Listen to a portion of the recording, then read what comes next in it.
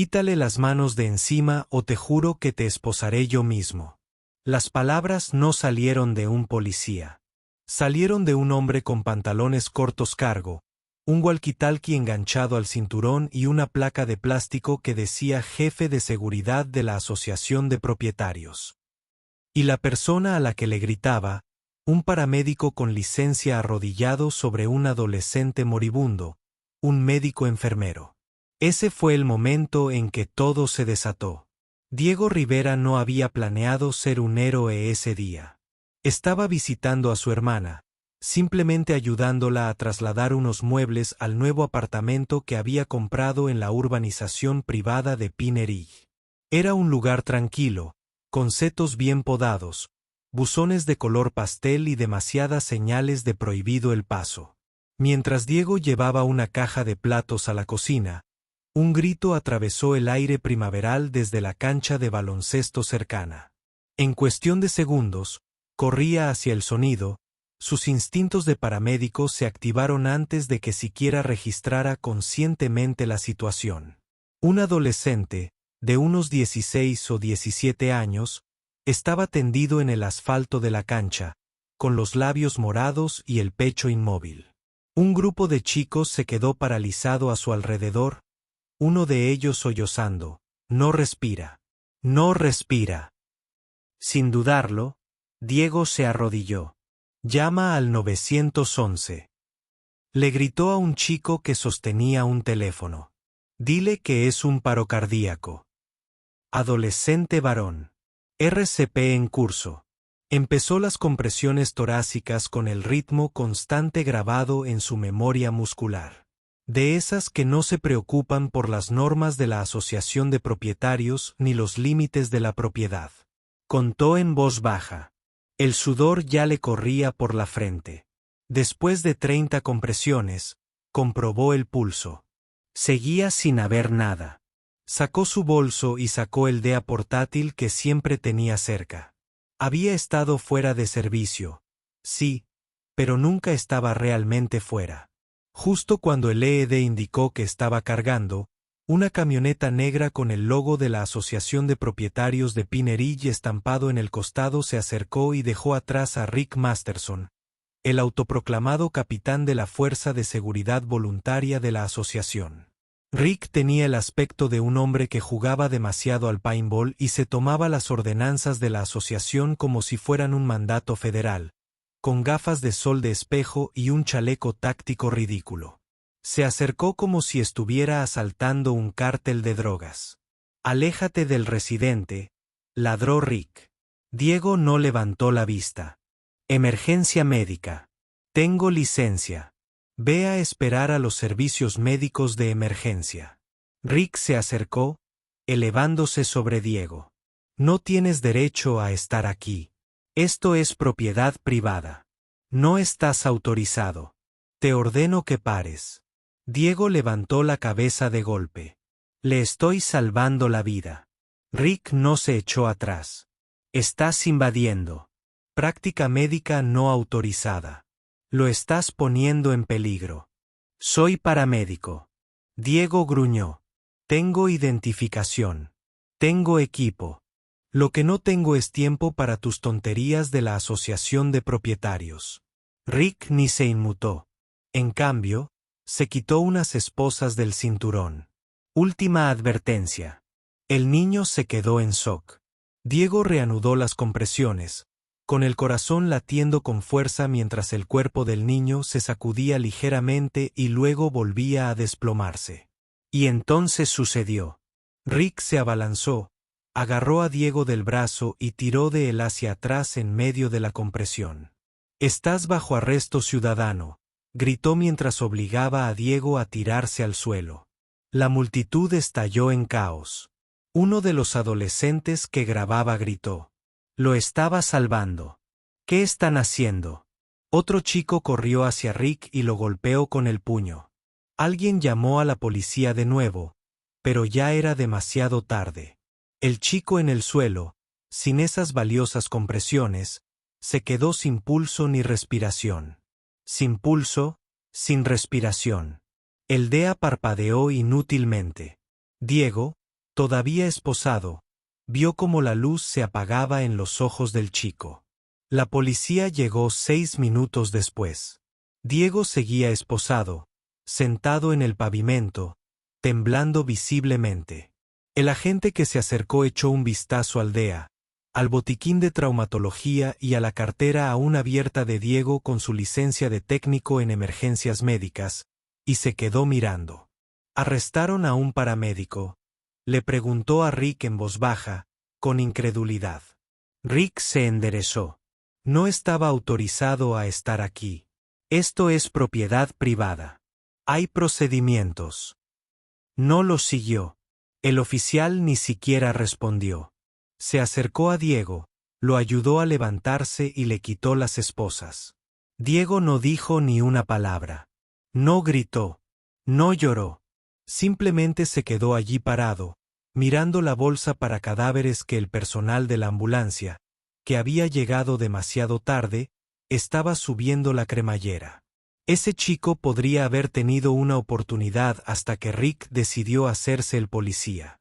Al anochecer, el video llegó a Reddit en el hilo titulado Psicópata arresta a paramédico durante RCP, niño muere. En cuestión de horas, tenía 10.000 votos positivos. Por la mañana, todos los principales medios de comunicación lo habían retomado. Etiquetas como almohadilla arrestó por RCP y almohadilla Diego merece justicia fueron tendencia mundial. La gente estaba indignada. Algunos incluso pidieron el arresto de Rick. Otros exigieron la renuncia de toda la junta de la Asociación de Propietarios de Pine Ridge. El video más viral fue el de Rick gritando, «No vive aquí». Mientras Diego respondía a gritos, «Puede que ya no viva». Pero la historia no había terminado. Ni de cerca. Diego no quería fama. No quería una cámara en su cara. Lo que quería, lo que necesitaba, era justicia. Y sabía exactamente a quién llamar. Su hermano mayor, Alio, era uno de los abogados de derechos civiles más agresivos del estado. El tipo de persona que había demandado a ciudades enteras y se marchaba sonriendo. Cuando Diego le contó lo sucedido, Alio guardó silencio un buen rato. Luego dijo, «Los vamos a enterrar». A la mañana siguiente, Alio dio una conferencia de prensa frente al hospital donde Diego había sido atendido por heridas leves. Las cámaras rodaban, los micrófonos le rodeaban el rostro. «Mi hermano», dijo Emilio, «no solo fue agredido. Le impidieron hacer su trabajo. Le impidieron salvar una vida, y tenemos la intención de responsabilizar a cada persona». La multitud de periodistas bullía con preguntas. Diego estaba junto a su hermano, con el rostro solemne pero decidido. Cuando le preguntaron qué quería decirle a la Asociación de Propietarios, finalmente habló. «Espero que hayan disfrutado de su ostentación», dijo, «porque las verdaderas autoridades están llegando». Y así, sin más, la situación cambió. Ya no se trataba de un caso de extralimitación. Fue el momento en que una asociación de propietarios privada intentó hacerse la policía y le costó la vida a un niño. Y lo que no sabían era que el paramédico al que esposaron tenía a un poderoso abogado de su lado y un país lleno de apoyo, listo para que se hiciera justicia. A la mañana siguiente, Diego estaba sentado a la mesa de la cocina del apartamento de su hermana, mirando una taza de café fría hacía tiempo. No había dormido. Cada vez que cerraba los ojos, veía el rostro del niño, con los labios azules, jadeando, desvaneciéndose, y la expresión de suficiencia de Rick al ponerle las esposas. Aún le dolían las manos por el metal que se le había clavado en la muñeca. Su hermana se movía en silencio por la cocina, intentando darle espacio, pero el silencio estaba cargado de un dolor tácito. Justo cuando apartaba el café, su teléfono vibró con otra notificación. Noticias, solicitudes de entrevistas, hilos de comentarios, todos querían saber del paramédico arrestado. Pero Diego no quería atención, quería rendición de cuentas. Al mediodía, llegó Alio. Todo ángulos agudos e intensidad. Se quitó la chaqueta, las mangas arremangadas, el maletín en la mano. Ni siquiera se sentó antes de trazar un plan. Demandaremos a la Asociación de Propietarios por no menos de $10 millones, dijo rotundamente. Detención injusta, obstrucción de los servicios de emergencia, homicidio por negligencia, dependiendo de lo que muestre la autopsia, trauma emocional, lo que sea, pagarán por esto literal y públicamente. Diego no respondió de inmediato. Simplemente miró al suelo. Luego asintió una vez, un movimiento tenso, casi imperceptible. Bien, dijo Emilio, porque esto ya no se trata solo de ti. Más tarde ese día, Diego accedió a dar una breve declaración de prensa fuera del hospital. Alio lo organizó todo. Había cámaras, reporteros, incluso un pequeño grupo de simpatizantes con carteles hechos a mano que decían cosas como «La RCP no es un delito» y «Justicia para Hayen». El nombre del chico que había muerto. Cuando Diego subió al podio, el silencio se apoderó de la multitud. Se aclaró la garganta una vez y luego habló. No conocía a Hayen, empezó. Pero sabía que se estaba muriendo. Y sabía que podía ayudar. Para eso me entrenaron. Para eso he hecho durante 10 años. Pero en lugar de permitirme salvarlo, me trataron como a un criminal. Me esposaron delante de niños, me humillaron y me culparon de algo que intenté evitar. La persona que me detuvo no era policía. Era un agente de seguridad de una asociación de propietarios. Hizo una pausa, con la voz tensa. Lo que le pasó a Hayen se pudo evitar, y lo que me pasó a mí fue inexcusable. El video explotó en internet. La gente no solo estaba enfadada, sino furiosa. La indignación nacional estalló. Los comentaristas arremetieron contra la Asociación de Propietarios de Pinheiros. Las cadenas de cable transmitieron entrevistas con Diego y Alio, mientras que las redes sociales se inundaron de peticiones de cargos penales. Incluso los sindicatos de servicios de emergencia de todo el país comenzaron a mostrar su apoyo público. Una petición que exigía la supervisión federal de las fuerzas de seguridad de la Asociación de Propietarios alcanzó las 100.000 firmas en 2 días. Mientras tanto, dentro del edificio de oficinas de la asociación, con paredes de cristal pulido, cundía el pánico. Karen Biggio, presidenta de la asociación desde hacía mucho tiempo, convocó una reunión de emergencia de la Junta. Los miembros, en su mayoría jubilados e inversores inmobiliarios, permanecieron sentados rígidamente en sillas de respaldo alto mientras ella intentaba controlar la narrativa. No tenemos la culpa de lo ocurrido, insistió. El señor Masterson actuó de acuerdo con el protocolo de seguridad y no somos una fuerza policial. Somos una organización comunitaria. Pero esa defensa se desmoronó rápidamente. En cuestión de horas, un miembro de la Junta conocido simplemente como Tom H. filtró correos electrónicos internos a un medio de comunicación local. Los correos electrónicos eran contundentes. Un mensaje de Karen a Rick decía: no se permite el ingreso de personal no autorizado durante la crisis. Debemos controlar la responsabilidad y la imagen de relaciones públicas. Otro, aún peor, decía: no nos importa si tienen licencia. Si no viven aquí, no tocan nuestra residencia. La reacción fue inmediata. Los comentaristas lo llamaron la privatización de la muerte. El término caló hondo. Alio no perdió tiempo. Usó la filtración como prueba en su demanda. La demanda impactó a la Asociación de Propietarios de Pinheiros como una granada. Ya no se trataba solo de dinero. Se trataba de abuso institucional, discriminación racial y negligencia que resultaron en la muerte de un adolescente. Alio presentó la denuncia públicamente, asegurándose de que la prensa cubriera cada palabra. El equipo de relaciones públicas de la Asociación de Propietarios se apresuró a publicar un comunicado poco entusiasta que afirmaba que los correos electrónicos se habían sacado de contexto. Fue contraproducente. La gente no se lo creyó. Mientras tanto, Diego intentó contactar con los padres de Hayen. Tardaron varios días, pero finalmente accedieron a reunirse. Se sentaron juntos en un rincón tranquilo de la capilla del hospital. La madre de Hayen, Patrice, sostenía la camiseta de baloncesto de su hijo en su regazo, acariciando con los dedos las letras descoloridas. No gritó, no lloró, solo hizo una pregunta: ¿crees que podría haber sobrevivido? Diego no lo edulcoró. Sí, dijo en voz baja. De verdad que sí. Ella asintió. Su esposo, un hombre tranquilo de mirada cansada, simplemente dijo: entonces no dejes que entierren esto. Alio presentó una demanda enmendada esa misma tarde para incluir al presidente de la Asociación de Propietarios y a Rick Masterson como demandados.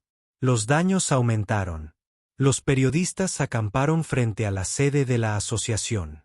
Un grupo de manifestantes bloqueó la entrada con maniquíes de RCP pintados de rojo. Un cartel decía: tenía latidos hasta que se los paraste. La presión aumentó. Los residentes de hoy comenzaron a organizar sus propias reuniones. Algunos estaban furiosos por el revuelo mediático, alegando que perjudicaba el valor de las propiedades.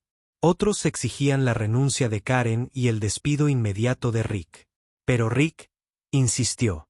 Apareció en un podcast alternativo con un falso uniforme militar, declarando: hice lo que tenía que hacer. Ese hombre era un desconocido. No pertenecía a ese lugar. La entrevista se hizo viral por las razones equivocadas.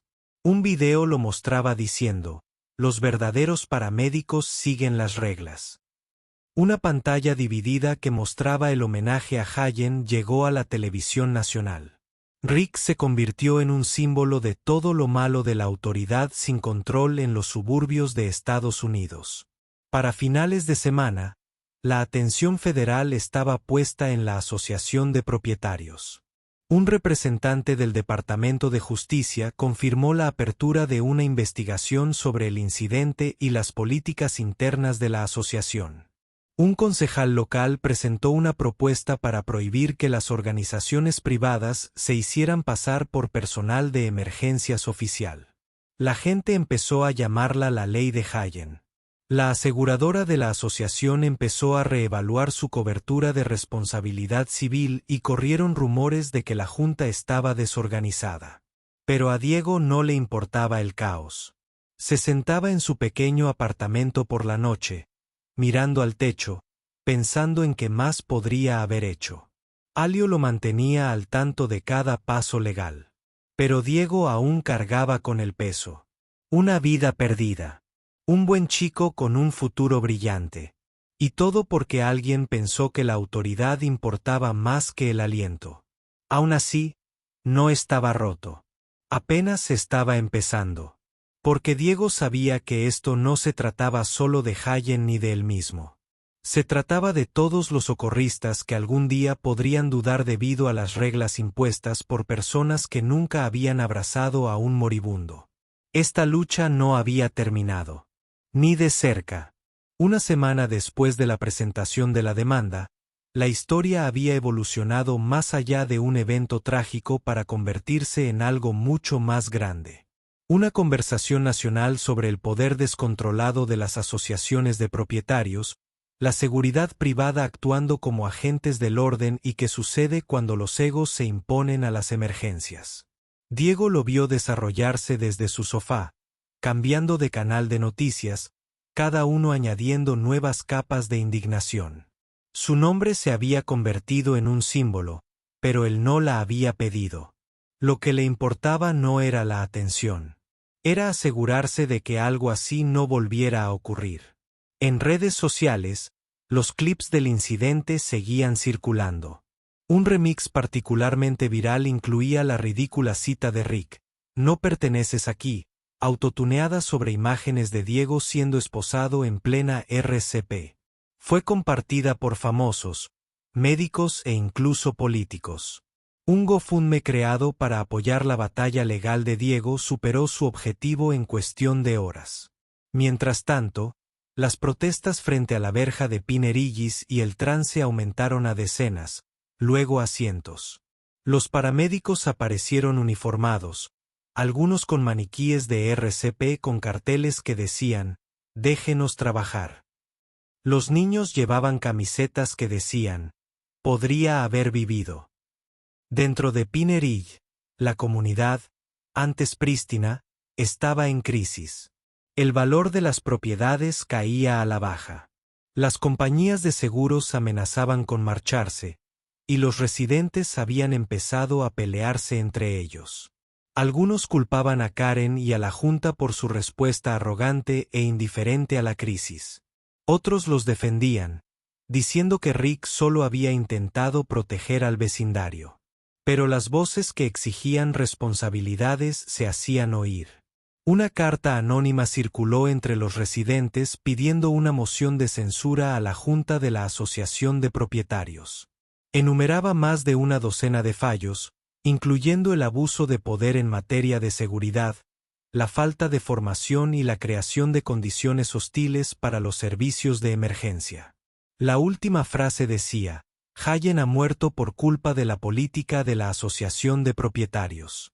Eso no es seguridad, es negligencia. Mientras tanto, Amelio reunía más argumentos. Una denunciante llamada Lena, es voluntaria de seguridad de Pinnerille, presentó pruebas que impactaron incluso a periodistas experimentados. En una declaración jurada, reveló que Rick había creado su propio manual de patrullaje vecinal, lleno de lenguaje copiado de guías militares. Incluso había realizado sesiones de entrenamiento no autorizadas donde los voluntarios practicaban la detención de posibles amenazas con bridas y señales manuales. Lo trataba como una milicia, dijo. Nos hizo creer que éramos la ley dentro de esas puertas. Alio presentó el testimonio ante el tribunal, adjuntándolo como complemento a la creciente demanda. La situación se intensificó cuando Lena también proporcionó acceso a un foro privado de la Asociación de Propietarios.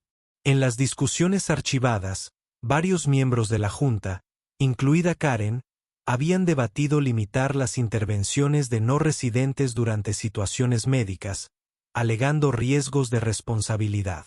Una publicación de Rick decía, aunque intenten ayudar, si no están en el sistema, son una amenaza.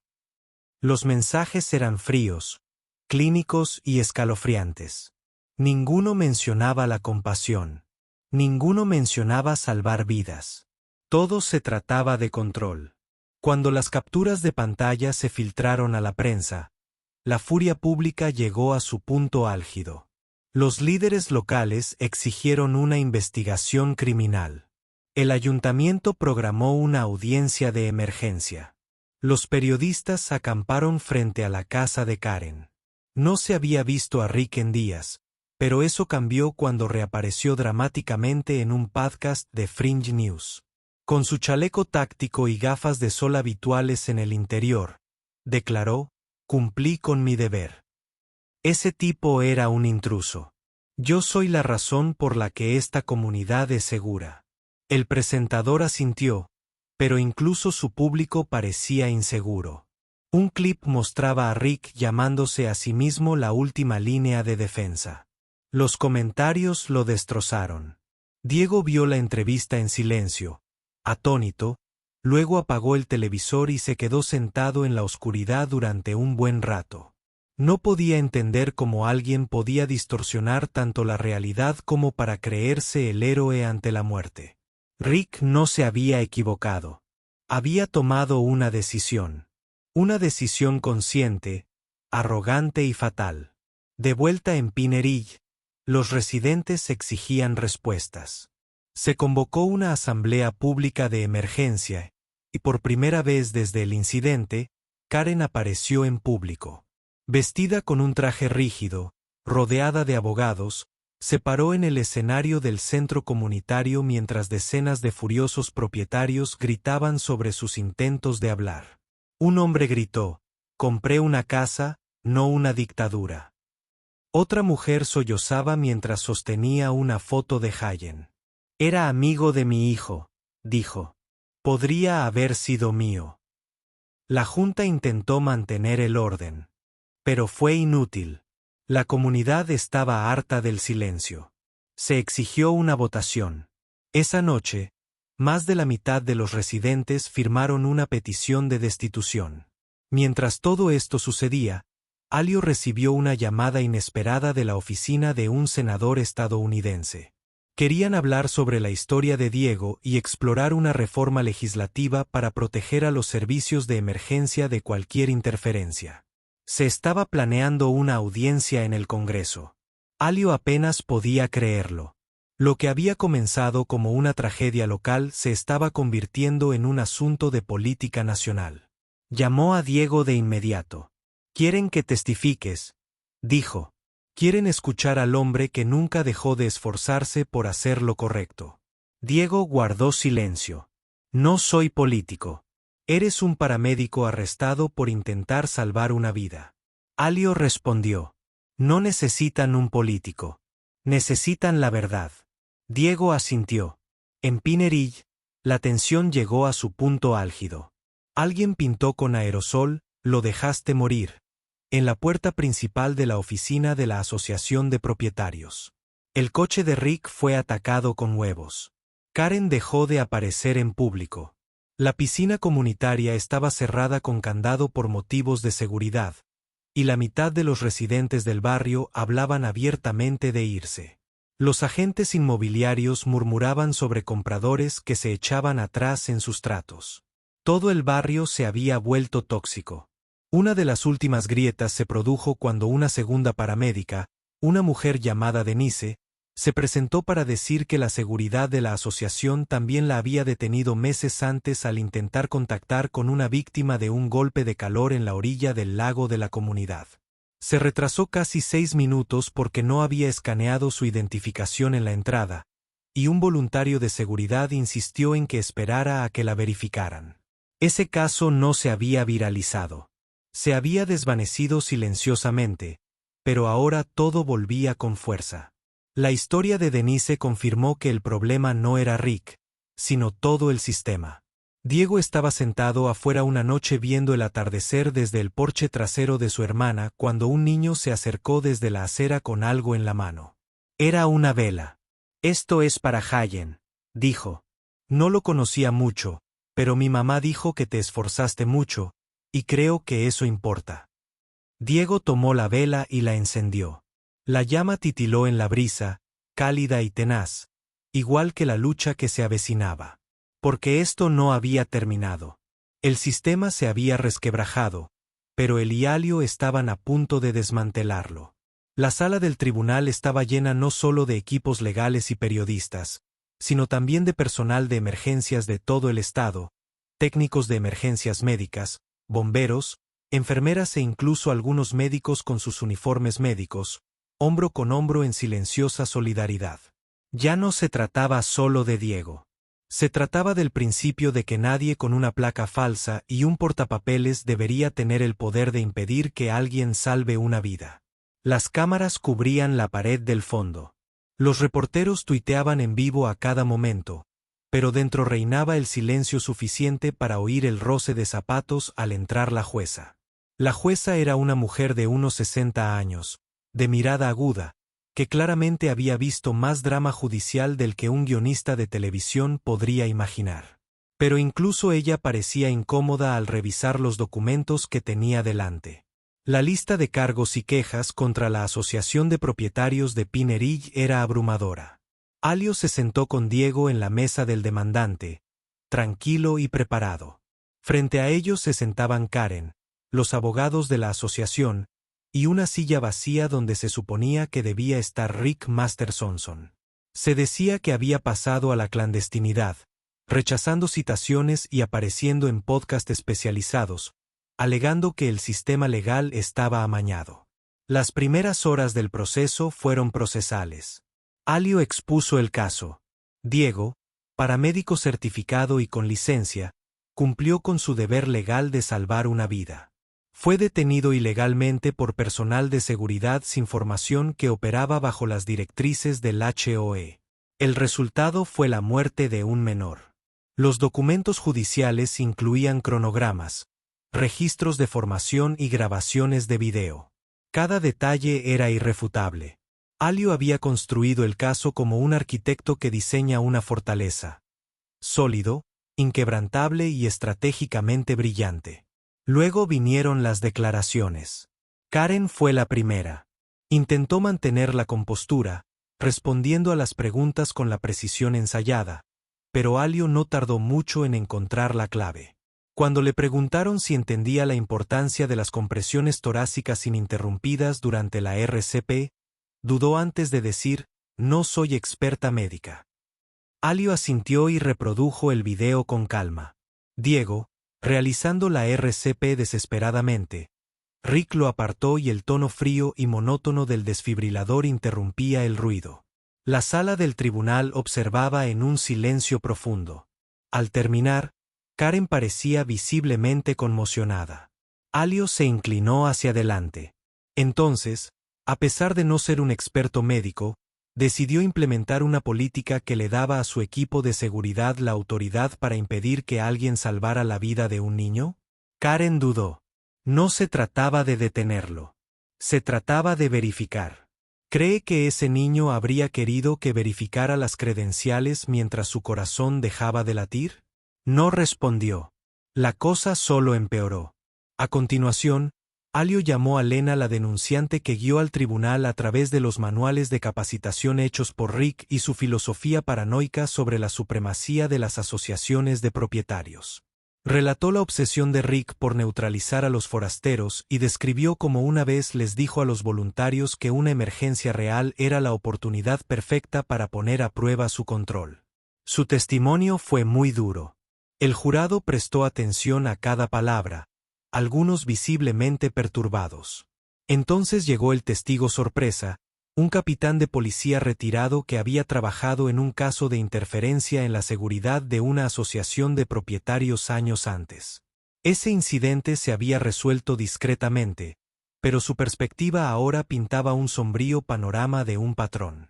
Explicó cómo algunas asociaciones de propietarios usaban zonas legales grises para justificar la vigilancia, incluso en situaciones de vida o muerte.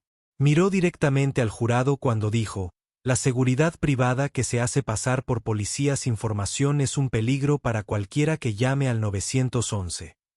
El punto de inflexión llegó cuando Alio reveló la prueba C, una serie de correos electrónicos nunca vistos por el público.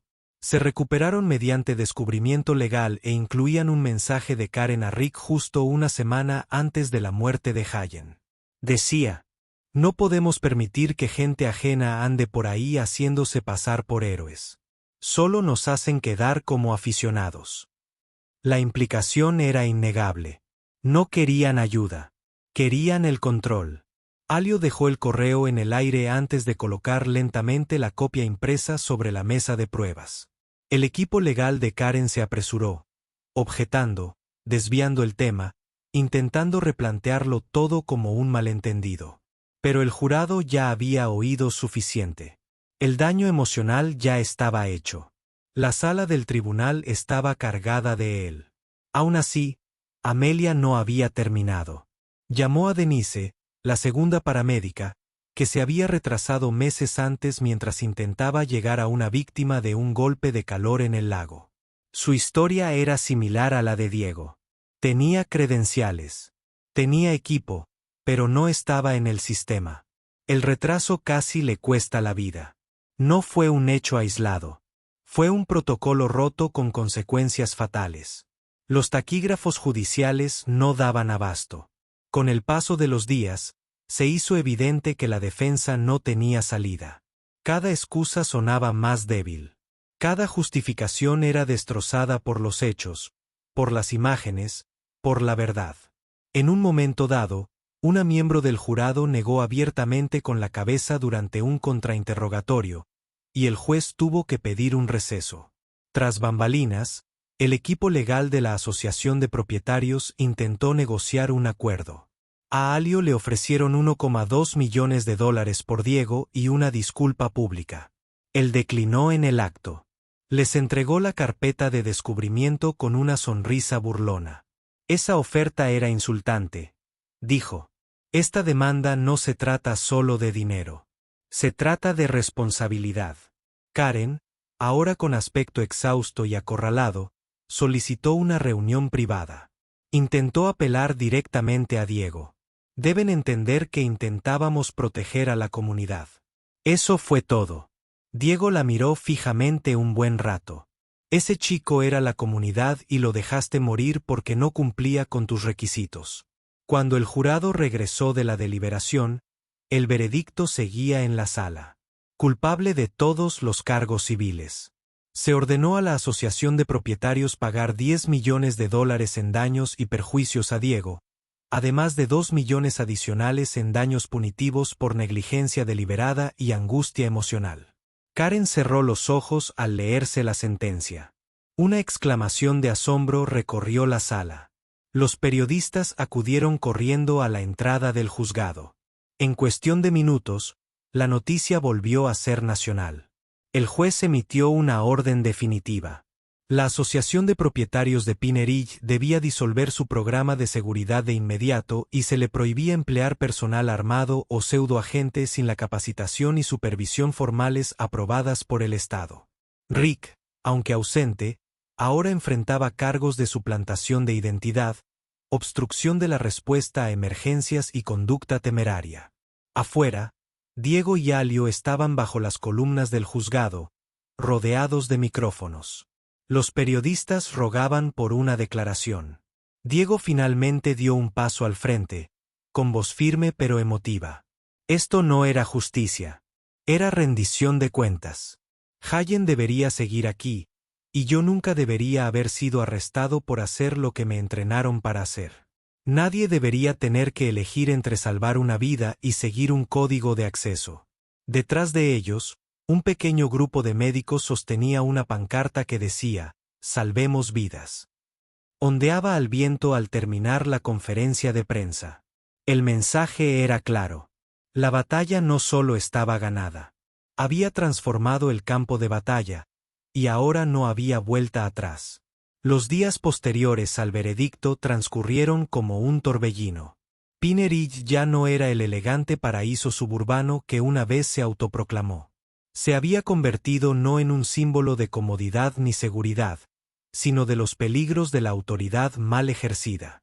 La demanda de $10 millones conmocionó a las asociaciones de propietarios de todo el país, provocando reuniones de emergencia, protocolos de reentrenamiento y un pánico generalizado entre las asociaciones de propietarios que durante mucho tiempo habían operado sin supervisión.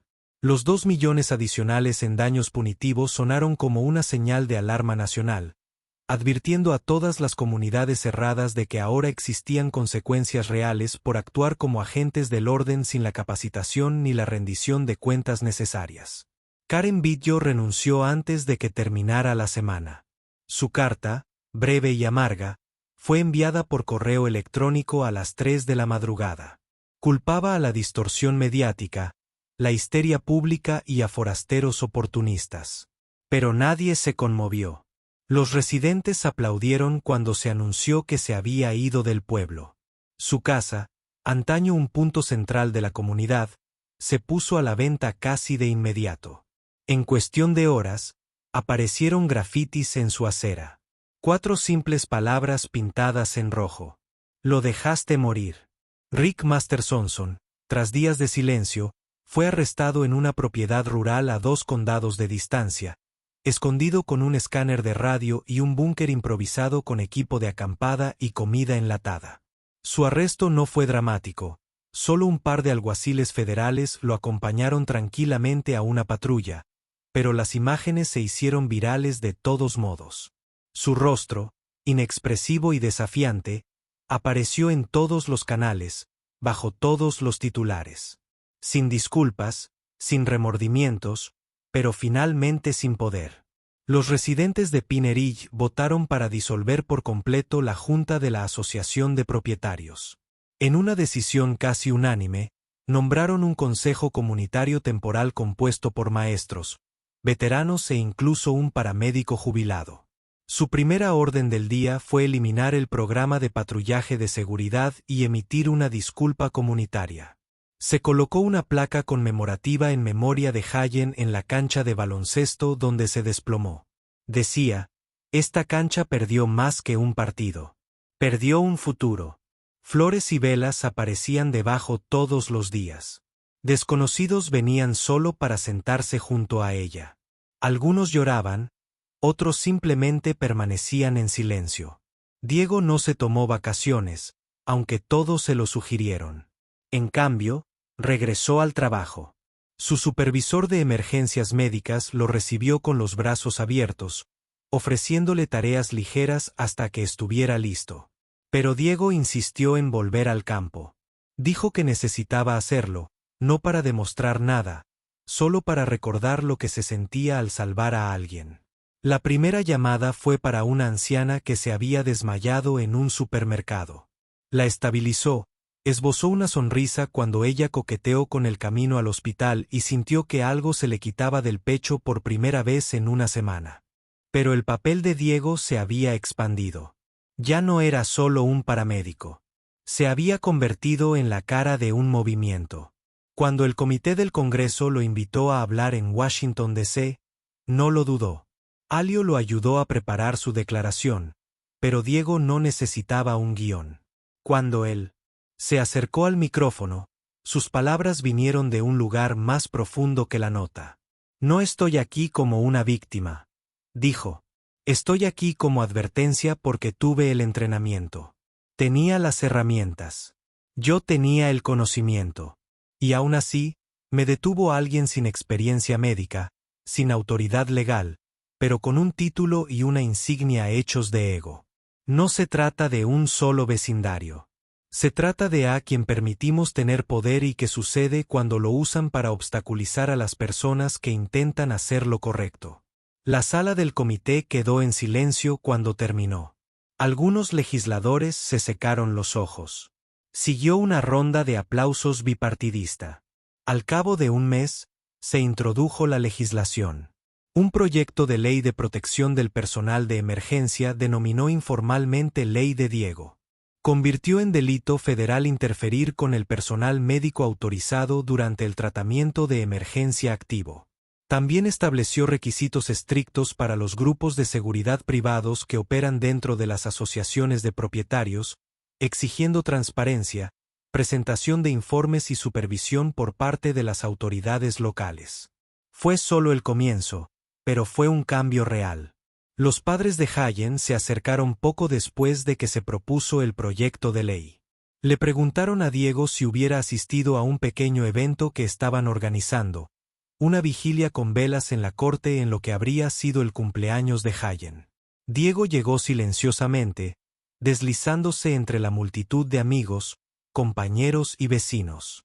Ni prensa, ni cámaras, solo gente. Patrice, la madre de Hayen, tomó el micrófono y agradeció a todos por su amor y fortaleza. Luego llamó a Diego para que se acercara. Él no esperaba hablar, pero ella le tomó la mano y le dijo: «No le fallaste a nuestro hijo. Lo honraste». Diego dio un paso adelante, con voz suave, pero firme. «No pude salvar a Hayen, pero puedo tratar de asegurarme de que nadie vuelva a detener a alguien como yo. Le debo mucho». Después de la vigilia, mientras las velas parpadeaban y se elevaban a lo largo del borde de la cancha, una joven se acercó y le entregó a Diego un papel doblado. Dentro había un dibujo, figuras de palitos, un corazón rojo y una leyenda que decía: «Gracias por ser valiente». A partir de ese día, permaneció en su refrigerador. Con los fondos del acuerdo, Diego no compró una casa ni un automóvil nuevos. Usó una parte para crear la iniciativa Hallen, una organización sin fines de lucro dedicada a la capacitación en RCP, educación sobre acceso de emergencia y defensa legal para los socorristas. El objetivo era simple: asegurarse de que ningún socorrista tuviera que explicar por qué fueron detenidos en lugar de ayudar. Juntos, realizaron talleres en todo el país, capacitando a los residentes y a las asociaciones de propietarios por igual. Se paró afuera del auditorio de una escuela antes de dar una conferencia invitada sobre la respuesta de emergencia. Mientras esperaba, un grupo de adolescentes se reunió a su alrededor. Uno de ellos, que llevaba una sudadera con capucha que decía: «La RCP salva vidas», preguntó: Oye, ¿eres tú el tipo que arrestaron por ayudar a alguien? Diego sonrió. Sí, ese soy yo. El niño sonrió. Eso es asombroso. Diego se rió. No porque fuera maravilloso. No porque todo hubiera sido fácil, sino porque incluso ahora, a través de todo el dolor, el caos y las demandas, algo había sobrevivido. Algo fuerte, algo bueno. Y por primera vez desde que el corazón de Hayen dejó de latir, Diego sintió que el mundo finalmente había tomado su siguiente aliento.